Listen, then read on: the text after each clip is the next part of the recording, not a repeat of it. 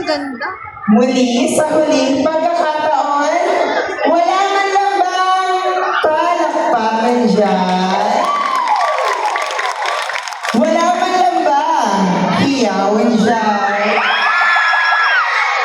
Wala man lang bang pwedeng jowain dyan? Joke lamang po. Give a man a fish and he will live for a day. But teach a man how to fish and he will live forever.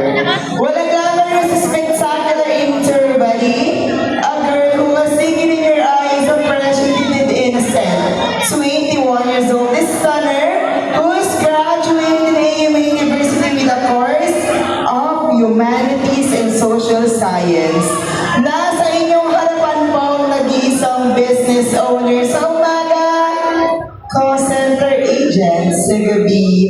Your one and only, Miss Sean Elise Alamo. And it's nice to be back and see you again, people of North Caloocan. But tonight, since this is a pageant, the distinguished panel, Board of Judges, please to allow me to stand by the name, ang kanal ng humawa ng brilyante ng lupa sa palabas ng Encantadia.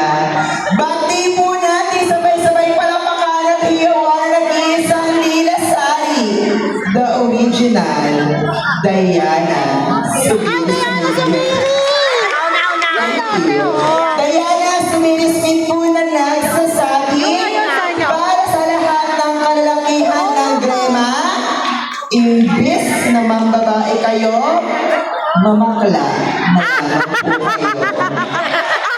Dahil, kuya, kapag nang babae ka, niligawan mo, i-date mo, gagastos ka.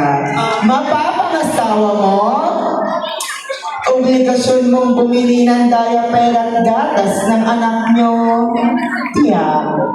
gagastos ka. Kaya kuya, dito ka na lang sa aming mga bakla. Buto wala si Seth. Iuunat ang dalawang paa, ipipikit ang dalawang mata.